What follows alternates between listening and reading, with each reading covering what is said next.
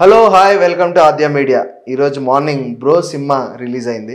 దాని గురించి మనతో మాట్లాడడానికి ఇమ్మంది రామారావు గారు ఉన్నారు. హలో సార్, నమస్తే. నమస్తే బ్రో.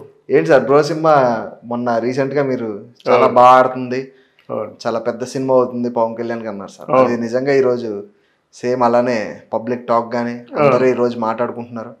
బ్రో సినిమా చాలా బాగా హిట్ అయిందని. సాయి ధరమ్ తేజ్ గారు కూడా చాలా బాగా చేశారు. ఏంటి సార్, మీరు ఎలా చెప్పగలిగారు? అంటే ఇక్కడ నాకు పవన్ కళ్యాణ్ మైండ్ సెట్ మీద బాగా నమ్మకం. అది జెన్యూన్గా ఉంటుంది మైండ్ సెట్. రెండవది ఏంటంటే పవన్ కళ్యాణ్ అభిమానుల మీద కూడా నా నమ్మకం. నేను ఎప్పుడు ఏ వీడియో పవన్ కళ్యాణ్ మీద చేసినా సరే లక్షల్లో పోయింది. ఇంకా దీనికోసం వెయిట్ చేస్తున్నాను అనమాట.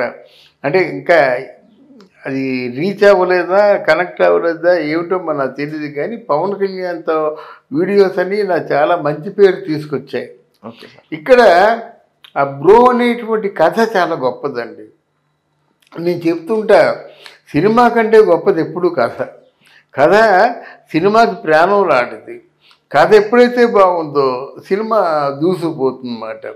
సరిగ్గా మంచి రైట్ టైంలో రైట్ డెసిషన్ తీసుకున్నాడు పవన్ కళ్యాణ్. ఈ సినిమా ఇప్పుడు రిలీజ్ అవ్వడం ఒక ఇంచుమించు మీకేంటంటే ఒక 10 కోట్ల రూపాయలతో ప్రోపగండా చేస్తే ఎంత పేరు వస్తుందో, ఈ ఒక్క సినిమా రిలీజ్ అయ్యి జనంలోకి దూసుకుపోయి పవన్ కళ్యాణ్ అభిమానులందరూ కూడా సగర్వంగా తలెత్తుకొని తిరిగేలా చేసింది సినిమా ఒకటి.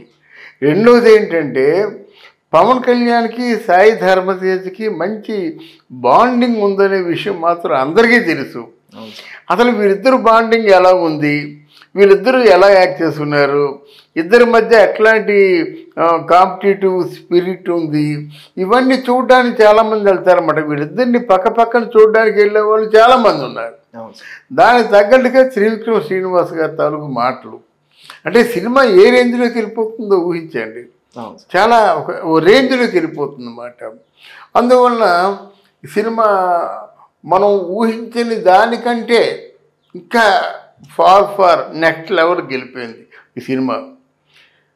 సముద్రకని తాలూకు ఒక స్టోరీ ఎలా ఉంటుందంటే, తమిళనాడులో ఎవరైనా ముందు హీరో తాలూకు బాడీ లాంగ్వేజ్, హీరో తాలూకు మైండ్ సెట్, హీరోకేమో జనంలో ఉన్న పేరు ప్రఖ్యాతులు, వీటన్నిటిని కూడా బేస్ చేసుకొని స్టోరీస్ రాస్తారన్నమాట. అక్కడ సక్సెస్ అయ్యాడు సముద్రకని. అది కొత్త సినిమా అయినప్పుడు కూడా ఇప్పుడు నా ఉద్దేశంలో సముద్రకనికి డైరెక్షన్ కంటే ఎక్కువ కథ రచయితగా ఎక్కువ అవకాశాలు వస్తాయని నేను అనుకుంటున్నాను. అందువలన 100కి 150% సక్సెస్ అయ్యాడు రచయితగా. డైరెక్టర్గా అంటారా, అక్కడ పవన్ కళ్యాణ్ ఉన్న తర్వాత సాయి ధర్మతేజ్ ఉన్న తర్వాత మనకి డైరెక్షన్ చేసేది ఏముంది? ఇద్దరు కలిసే ఓ పెద్ద క్లాప్స్, ఇద్దరు డైలాగ్స్ మాట్లాడుతుంటే క్లాప్స్, కామెడీ పంచి పడినా క్లాప్సే. అలాగే జనసేన పార్టీ కార్యకర్తలను ఉద్దేశించి పాట జరుగుతున్న క్లాప్సే. అంటే ఓవరాల్గా పండగ చేసుకున్నారండి. బ్రో సినిమా పండగ చేసుకున్నారన్నమాట.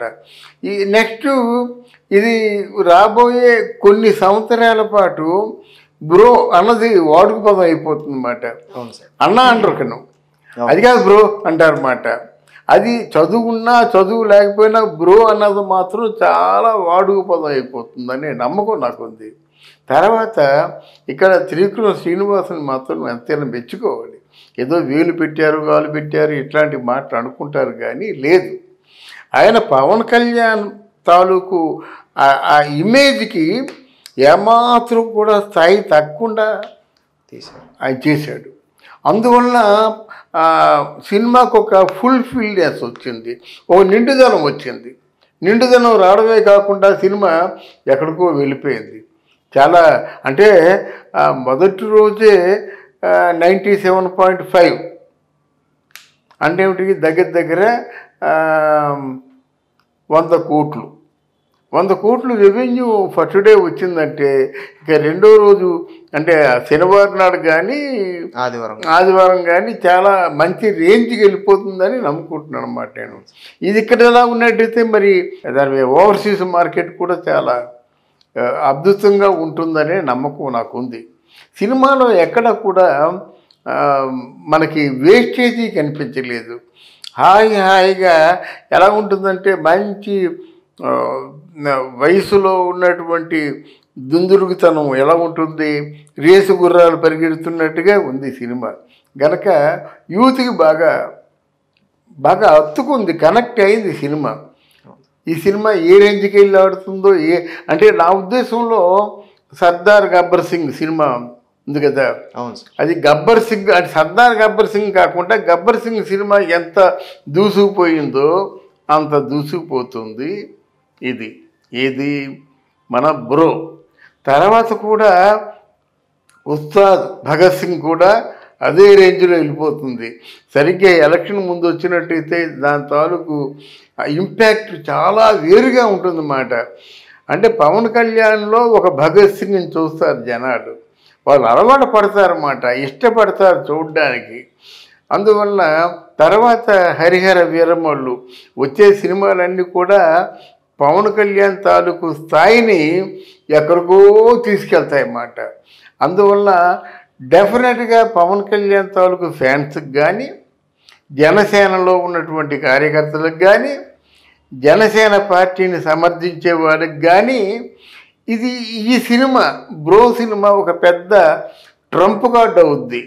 తర్వాత గతంలో వచ్చినటువంటి భీమ్లా నాయక్, వకీల్ సాబ్ సినిమాల కంటే ఇది చాలా చాలా చాలా ఎక్కువ రెవెన్యూని వసూలు చేస్తుంది అనేటువంటి నా నమ్మకం. అంటే ఈ ఒక 45 సంవత్సరాల అనుభవంలో నా నమ్మకం ఎప్పుడు కూడా వమ్ము చేయలేదన్నమాట. ప్రాక్టికల్గా ఆలోచించే మాట్లాడతాను, ప్రాక్టికల్గా జరిగేదాన్నే మాట్లాడతానమాట. అందువల్ల నాకు ఈరోజు మార్నింగే ఎవరో ఒక రాజకీయ నాయకురాలు ఫోన్ చేసి మా పార్టీ ఆఫీసులో మీ తాలూకు వీడియోస్ ఎక్కువ చూస్తుంటామండి, చాలా హ్యాపీగా ఫీల్ అవుతున్నాము అని చెప్పేసి వాళ్ళు చెప్తున్నప్పుడు నాకు అనిపించింది అన్నమాట. అంటే మన క్యాలిక్యులేషన్ కానీ, మన స్టడీ కానీ, మనం ఒళ్ళు దగ్గర పెట్టుకొని చెప్పే విధానం కానీ వాళ్ళు బాగా నచ్చి ఉంటుంది. ఇప్పుడు ప్రతి సినిమా మీద కూడా, ప్రతి రివ్యూ మీద కూడా, ప్రతి వీడియో మీద కూడా భయభక్తులు మనకు ఉండాలి.